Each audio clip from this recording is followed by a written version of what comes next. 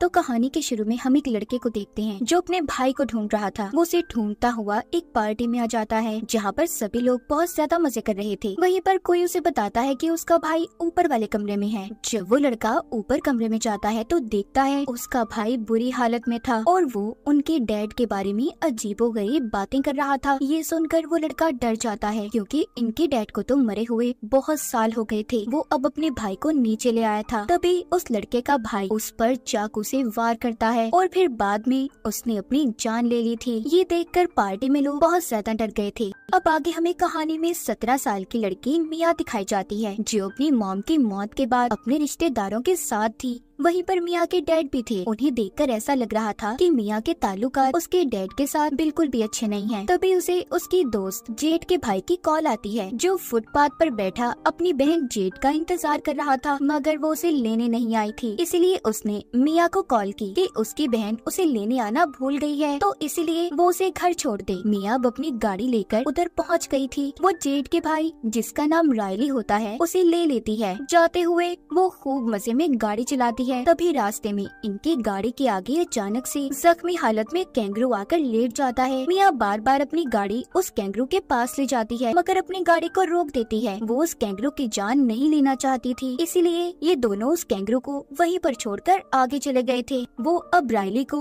उसके घर ले आती है जहाँ पर वो अपनी दोस्त जेड से भी मिलती है। यहाँ पर दिखाया जाता है मिया की दोस्त जेड अपने एक फ्रेंड के साथ थी जो कभी मिया का भी दोस्त हुआ करता था। लेकिन खैर मिया को अब इन चीजों से कोई फर्क नहीं पड़ता। वो इस बात को नजरअंदाज करके जेड से बहुत प्यार करती थी। अब बातों बातों में मिया जेड को एक वीडियो दिखाती है जिसमें एक लड़की की बड़ी बड़ी काली आंखें थी। ऐसा लग रहा था कि उस पर किसी शैतानी आत्मा का कब्जा हो। तभी वहाँ पर उनका एक दोस्त आता है। आज रात इन सब ने अपने दोस्त के यहाँ पार्टी में जाना था। ये सभी उधर पहुँच जाते हैं। मिया का दोस्त सबको बताता है कि हम एक गेम खेलने वाले हैं जिसका नाम है टॉक टू मी, मुझसे बात करो। मिया इस गेम को खेलने के लिए तैयार थी। उसे एक चेयर पर बिठाकर बांध दिया जाता है। अब उसका दोस्त उसके सामने टेबल पर रखी हुई मोमबत्ती जलाता है। दूसरा दोस्त एक अजीब से हाथ के स्टैचू को मिया के सामने रख देता है। अब उसको ये लोग बताते हैं कि तुम्हें इस हाथ से अपने हाथ को मिलाना होगा और टॉक टू मी बोलना होगा। तभी सारी लाइट्स बंद कर दी जाती हैं। जब मिया ऐसा करती है उस स्टैचू हाथ से अपने हाथ को मिलाती है। तभी उसे अपने सामने एक बूढ़ा आदमी बैठा हुआ दिखाई देता है। ये देखकर तो वो बहुत ज्यादा घबरा गई थी और अपना हाथ उस हाथ से अलग कर लेती है। लेकिन अपने दोस्तों के बहुत कहने पर वो इस खेल को फिर से शुरू करती है। दोबारा से उस हाथ से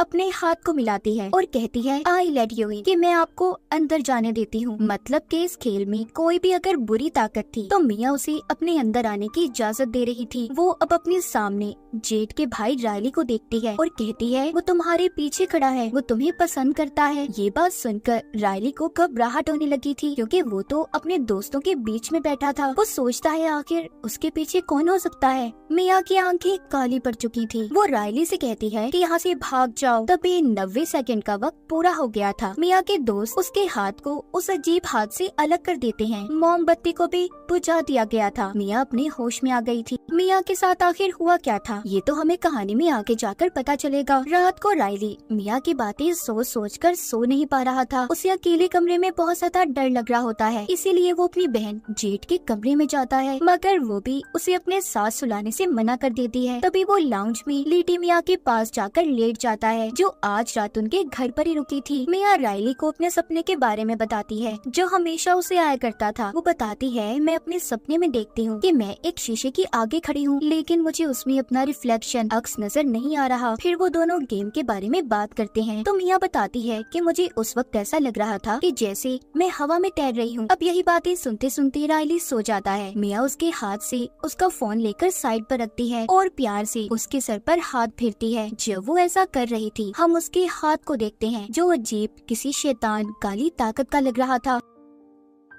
मिया के अंदर वो शैतान अब भी था जो गेम के दौरान उसके अंदर आया था। मिया उस गेम को खेलने के बाद पोजेस्ड हो चुकी थी। रात को सभी दोस्त जेड के घर पर जमा थे। जेड की मॉम अपने बच्चों से कहती है देखो शराब नशे जैसी चीजों से दूर रहना। इतना कहकर वो घर से चली गई थी। अब यहीं पर मिया अपने एक दोस्त से उस हाथ के बारे में पूछती है कि आखिर इसकी कहानी क्या है। वो बताता है कि मैं ज्यादा तो कुछ नहीं जानता पर हाँ इस हाथ के बारे में कहा जाता है कि इसे एक मीडियम के जिस्म से काटा गया था। मीडियम मतलब वो जो भूत प्रेत आत्माओं से बातें कर सकते हैं। ऐसा इसलिए किया गया ताकि आत्माओं की दुनिया से इंसान जुड़े रहें। मतलब ये हाथ आत्माओं की दुनिया का रास्ता है। अब यहाँ पर सभी एक एक करके उस हाथ के साथ गेम को खेलते हैं और बारी बारी सब एक दूसरे की वीडियो भी बना रहे थे। सभी को ऐसा करने में बहुत मजा आ रहा था, मगर जेड इस गेम को एक बार भी नहीं खेलती। यहीं पर रायली भी इस गेम को खेलने का बोलता है, मगर जेड उसे मना करके बाहर चली जाती है। अब जब जेड बाहर जाती है तो मिया रायली को गेम खेलने की इजाजत दे देती है। मिया तो पोजेस थी शैतान के कंट्रोल में, तो जो कुछ शैतान उसे सोचने या बोलने का कह रहा था वो वही कर रही थी।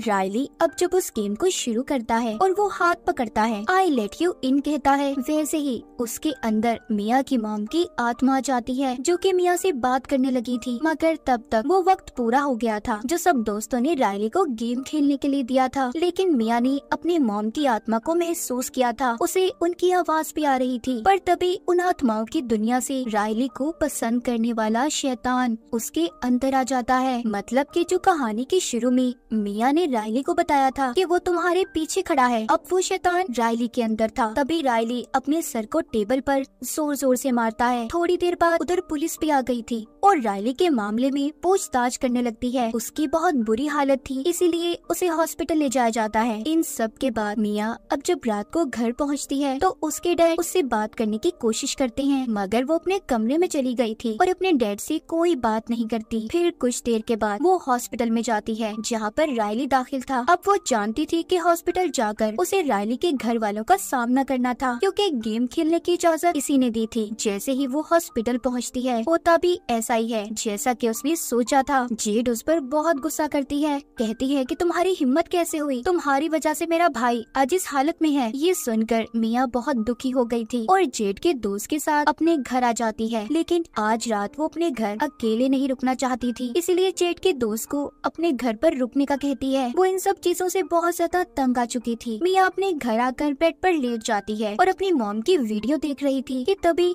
उसकी आंख लग जाती है। उसे अपने सपने में अपनी मॉम नजर आती है जिस वक्त उनकी मौत हुई थी। जैसे ही उसकी आंख खुलती है वो देखती है उसके हाथ के नाखून उखड़े हुए हैं और उनमें से खून निकल रहा है। ये देखकर वो बहुत ज्यादा डर जाती है, मगर ये भी उसका सपना ही था। उसे तभी ये महसूस होता है कि उसके कमरे में जैसे कोई और भी है। जब वो जेड के दोस्त के पास उसे देखने चाहती है जो उसके साथ घर पर आया था, उसे एक शैतान नजर आता है जो जेड के दोस्त के पाँव को चूस रहा था। मिया ये देखकर बहुत डर गई थी। वो बार बार उसे जगाने की कोशिश करती है, कहती है उठो, देखो तुम्हारे पास कौन है। लेकिन जैसे ही जेड का दोस्त नींद से जागता है, असलियत में मिया ही थी जो उसके पाँव को चूस रही थी। ये देखकर तो वो बहुत ज्यादा डर गया था और हैरान भी हो जाता है। उधर हॉस्पिटल में जेड और उसकी मॉम जब रायली को बाथरूम में साफ कर रही थी तो तभी रायली जेड के हाथ पर काट लेता है और जोर जोर से हंसता हुआ फिर से अपना सर दीवार में मारता है।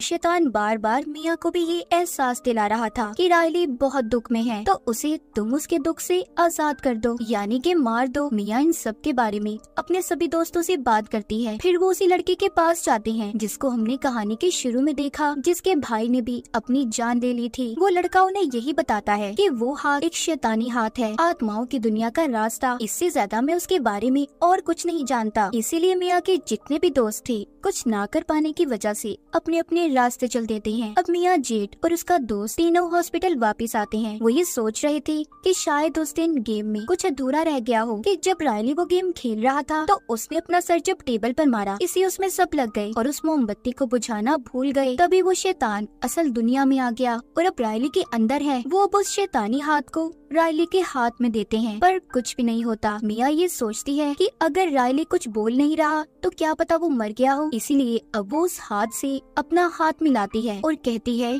टॉक टू मी रायली, मुझे रायली से बात करनी है। तभी एक छोटी बच्ची उसके सामने आ जाती है जो उसे कह रही थी, आई लेट यू इन। तभी मिया आत्माओं शैतानों की दुनिया में चली गई थी। वो वहाँ पर रायली को देखती है जिसको शैतान ने बुरी तरह से अपने काबू में किया हुआ था। ये देखकर वो बहुत ज्यादा डर गई थी और रोते हुए वापस अपनी दुनिया में आ जाती है। अब वो अपने घर आ गई थी जहाँ पर उसके डैड उसका इंतजार कर रहे थे। वो मिया के आते ही उसे उसके मॉम का खत सुनाते हैं जिसमें लिखा था, मेरे प्यारे हस्बैंड और मियाँ, आज मैं बहुत खुश हूँ। आज मेरे लिए बहुत अच्छा दिन है। मैं उम्मीद करती हूँ तुम भी बहुत अच्छे होंगे। मैं अब बिल्कुल दर्द में नहीं हूँ। ये बातें सुनकर मियाँ अपने डैड के गले लग जाती है। तभी दूर से मियाँ को अपनी मॉम की आत्मा की आवाज सुनाई देती है कि तुम्हारे डैड झूठ बोल रहे हैं। मियाँ बार बार उसे बस यही सुनाई दे रहा था कि तुम्हारे डैड झूठ बोल रहे हैं। तभी शैतान मियाँ के डैड की शक्ल में उस पर हमला कर देता है। मियाँ एक कैंची से उसे मार देती है, मगर वो ये भूल गई थी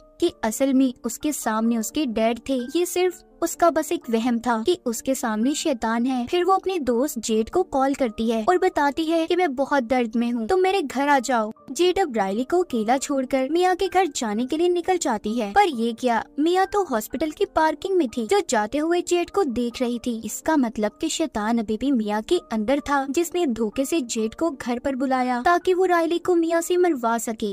अब मियाँ हॉस्पिटल से रायली को व्हील चेयर पर बिठाकर रोड पर ले आई थी। दूसरी तरफ जेड मियाँ के घर पहुंचकर उसे बार बार कॉल कर रही थी। अब जब मियाँ उसकी कॉल नहीं उठाती तो वो उसके घर के अंदर जाती है और देखती है कि मियाँ के डैड खून में लथपथ पड़े हैं। ये देखकर जेड को सब कुछ समझ आ गया था। वो अपनी मॉम को कॉल करके मियाँ के बारे में बताती है और अब वो जल्दी जल्दी हॉस्पिटल पहुँचती है तो देखती है मियाँ रायली को व्हील चेयर पर रोड के दरमियान में ले जा रही थी। मियाँ दिल ही दिल में ये सोच रही थी कि उसे रायली को मारना चाहिए या नहीं, जैसा कि उसने कैंगरू के बारे में सोचा था जो हमने कहानी के शुरू में भी देखा। तभी यहाँ पर मियाँ की मॉम की शक्ल में वो शैतान आता है जो बार बार उसे रायली को मारने के लिए उकसा रहा था। तभी मियाँ यहाँ पर गाड़ी के सामने रायली को फेंकने के बजाय खुद कूद जाती है, लेकिन जेड ने उसे बचा लिया था। अब वो जख्मी हालत में हॉस्पिटल में थी, जहाँ पर वो शीशे में खुद को देखती है तो उसे अपना अक्स नजर नहीं आता और बेहोश हो जाती है। उसका बुरा सपना सच हो गया था। वो आत्माओं की दुनिया में फंस गई थी। उसे